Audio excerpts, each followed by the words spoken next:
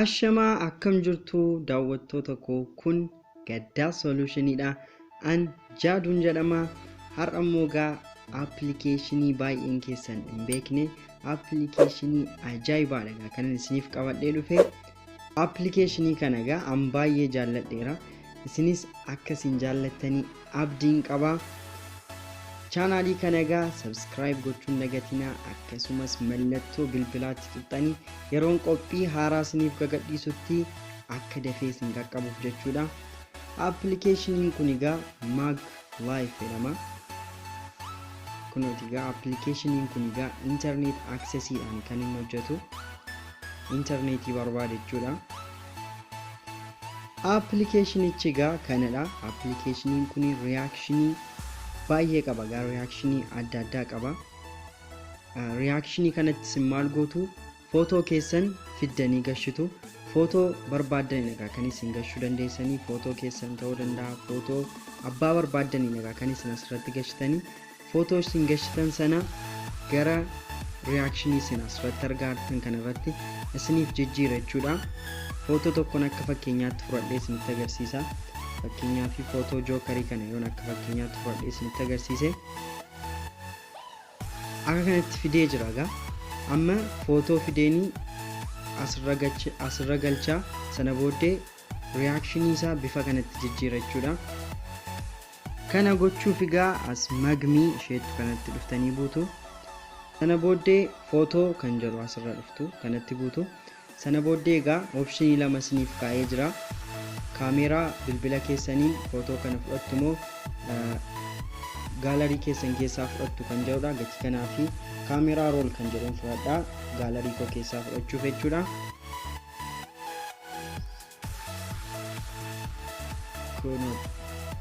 Amma gara gaalarii kootti na geessaa jira jechuudha.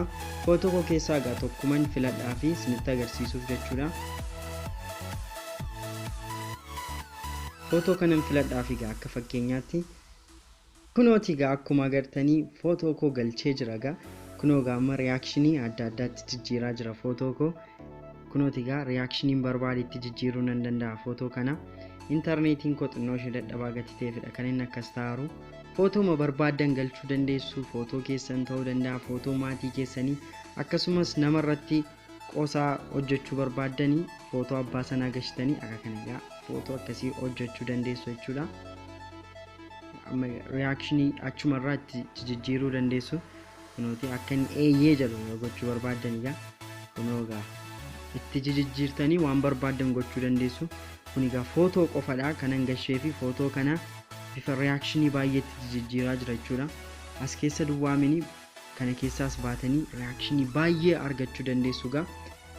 Reactionii baay'eetu jira ammasiin kana keessa ofii keessanii deddeemtanii filatanii kan barbaadan irra erga godhatanii booddee footoo keessan achirratti upload godhachuu dandeessu jechuudha. Akkasumas viidiyoo gaggabaaboo hojjechuu dandeessu jechuudha. Waan footoon ture bifa kanaatti jijjiiruun kan gochuu dandeessu. Footoo kana amma save gochuu yoo barbaadanii iddoo kana dhuftaniitu iddoo kanatti buutu. Asirratti wanta isin beekuu qabdanii optionii lamadha yookaan filannoo lamadha kan inni isiniif laatu. Public irra gootanii save gootanii naani isin qofa toon ta'in viidiyoo footoo keessan kana kan ilaalu namoota Mag Life kana yookaan appilikeeshinii kana fayyadaman hundumatu footoo keessan kana ilaalaa jechuudha. Private gootanii naan garuu isiniif qofadha kan inni save godhu. Gatii kanaa fi private itti buutaniitu save godhatu jechuudha. Akkuma argitan save gochuu fi optionii adda addaa jechuudha kan inni isin fidee jiru. Optioniin inni jalqabaa viidiyoo loop jedhama. Footoo hojjettan sana bifa viidiyootiin akkasiniif ta'uu barbaadanii naani kanatti buutu jechuudha.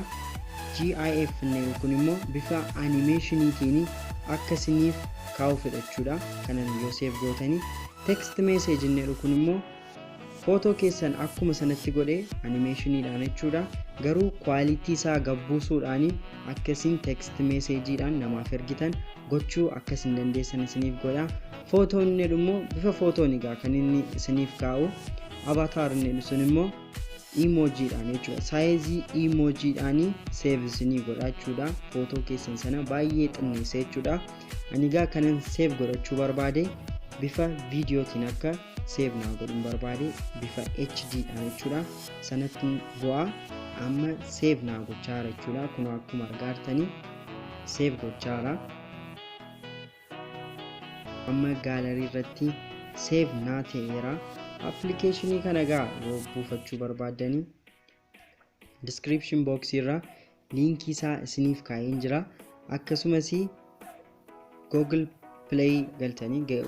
Play Store keessa galtanii Mag Live jettanii yoo barreessitanii applicationii kana bifa kanaan isiniif fidachuudha applicationii kana gaa install godhadhaatii animationii adda addaattiin hojjedha akkasumas short video illee ittiin hojjechuu dandeessu jechuudha qophiin koo har'aa gaasitti toleennaanii channel koo subscribe naa godhaa akkasumas mallattoo bilbilaatti tuquu hin dagatinaa akkasumas egaa social media kan akka Facebook Telegram irrattis nan argama achirratti wantoota tokko gatiin barreessuu fi achirraallee galtanii nu hordofuu dandeessu amma qophii biraa wal agarruutti nagaatti tura